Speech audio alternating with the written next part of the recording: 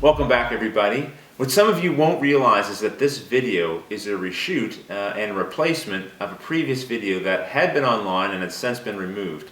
In our last turn, I discovered, through the help of one of our players, a rather significant rules error. Fortunately, most of the rules errors that we've had so far have been somewhat minor and haven't really affected the gameplay at all. But this most recent discovery, it really does affect the gameplay significantly. Let me see if I can do a good job explaining to you what happened. Michael has a weapon called a sharp melee weapon.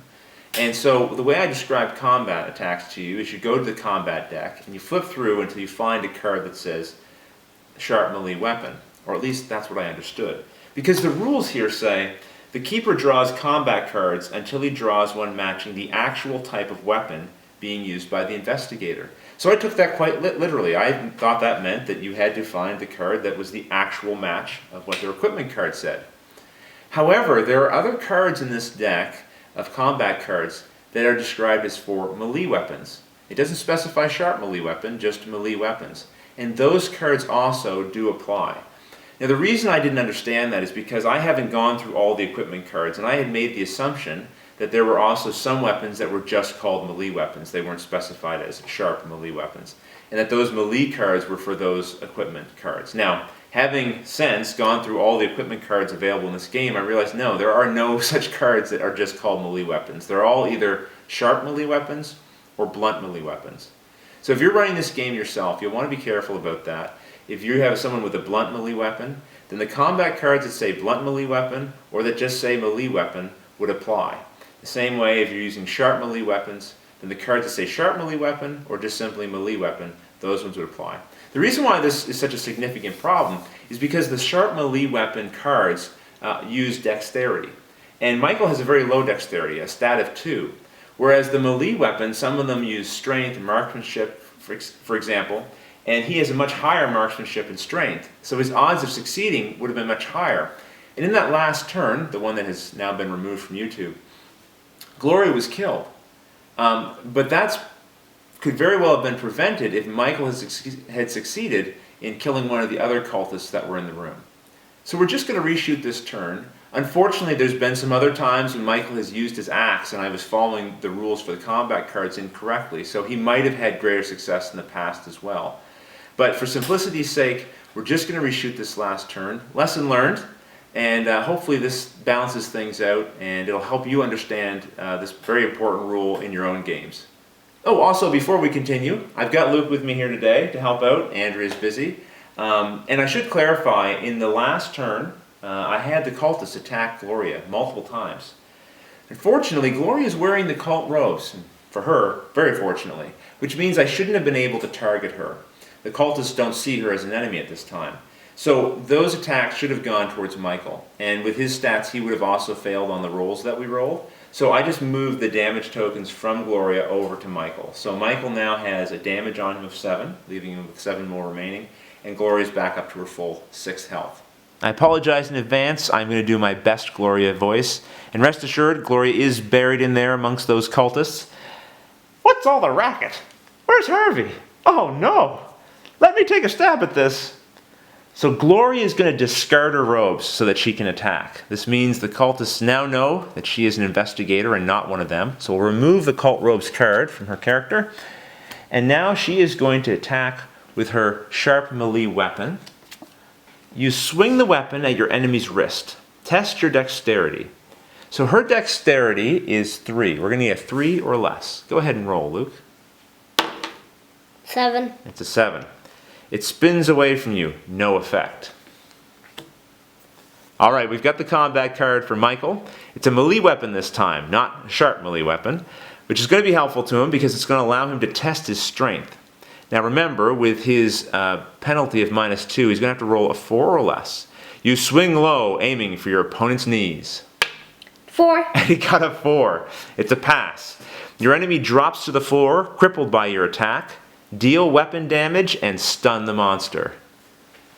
So this monster, with 4 more damage, has now been eliminated.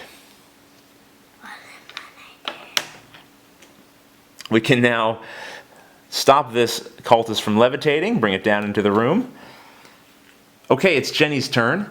And in the video that we replaced, she originally attacked this cultist. So we're going to do that again and draw combat cards until we find one that says ranged weapon. You quickly draw your weapon and fire. Test marksmanship. Now because she's in the same space as the cultist, she gets a +2. It's a benefit of her 45 automatics. So she's going to have to roll an 8 or less. And she got an 8. Your instincts are flawless. Deal weapon damage. So the weapon damage she does with the 45 automatics is 3. I don't believe that's going to be enough to kill the cultist. No, it has a health of 5. So we'll put 3 damage on it. And now it is the keeper turn. I'm going to draw my 3 threat. Before I take my turn though, I want to explain something because I had this question in the YouTube comments. Someone asked, what are these tokens here for? They're tokens that are labeled 1, 2, 3, and 4. And what these are for, they're helpful reminders to me. When I set up the scenario asks me certain questions. And based on that, we lay out the scenario in a certain way. And sometimes the cards that I have to read will ask me, how did you answer question 3? The problem is, once your 16 turns into a game, you sometimes forget, how did I answer question 3? So these little tokens have on them the choices that I made, so I can refer to them quickly, so I'll know which parts to read on some of these cards. Does that make sense? Yeah? Alright, good. Okay, so I have my 4 threat. I'm going to spend one of them to move this cultist into the room here. And then I'm going to spend another to summon a cultist. And someone who was watching had a very good question. Why summon my cultist in this room here with the altar instead of this room here? Because this room will allow me to move my cultists much more quickly into the chapel now that we have this ladder here. So I'm going to summon a cultist here. I'm going to summon another cultist here as well. That's 2. And I think I will summon a 3rd cultist into this room as well. Actually, no. What I'll do is I will move one of these cultists. 1, 2 spaces. Okay, so now it is the monster attack phase. Okay, so now the monsters are going to attack. Actually, before the monsters attack, there is an investigator trading step, you might recall, and during that turn, any investigators who are stunned can remove 1 stun token. So we're going to take this stun token off of Michael. He's fresh and ready to attack for next round. And now I'm going to have this monster here attack Gloria. It swings both fists down at your head. Test dexterity. So let's do a roll. She's going to have to get a 3 or less. 1. It's a 1. It barely misses you. No effect. Well, I'm not going to be deterred by that failed attempt. I will now attack with my 2nd cultist on Gloria. Monster attack. With no sense of self-preservation, your enemy lashes out at you. Test dexterity again. 1. Another 1. You manage to injure it and avoid its attack. Deal 1 damage. So this monster just took another damage. Now it's already got 4 on it. This could be a problem. This is a problem. This killed the cultist. Very nice roll. Alright, so this cultist has been injured and removed. So, I have 1 attacking monster left. Now my goal had been to go after Gloria, because that is what I had done in the last video that has now been replaced.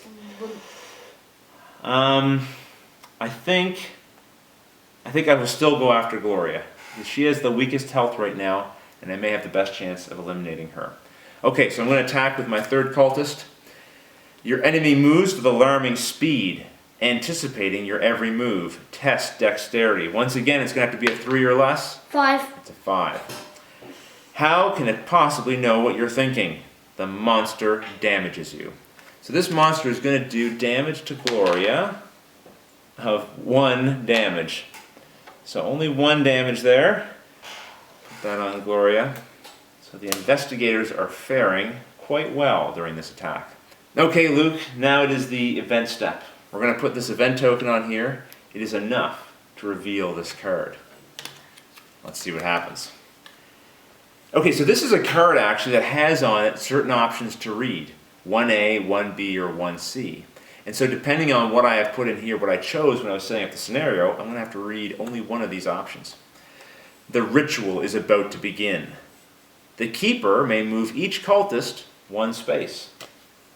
I will gladly do that. I'm going to move this cultist one space here, this cultist one space here. These two cultists, I believe I will... Did a quick edit there because I was debating about whether or not to move these cultists out of the room, hoping that they might avoid some attacks next turn, but realistically, the investigators will be able to easily follow them and attack them. So I'm going to leave them put. They're not going to get to take a free move. And that's the end of our turn. Alright, we'll see you next time.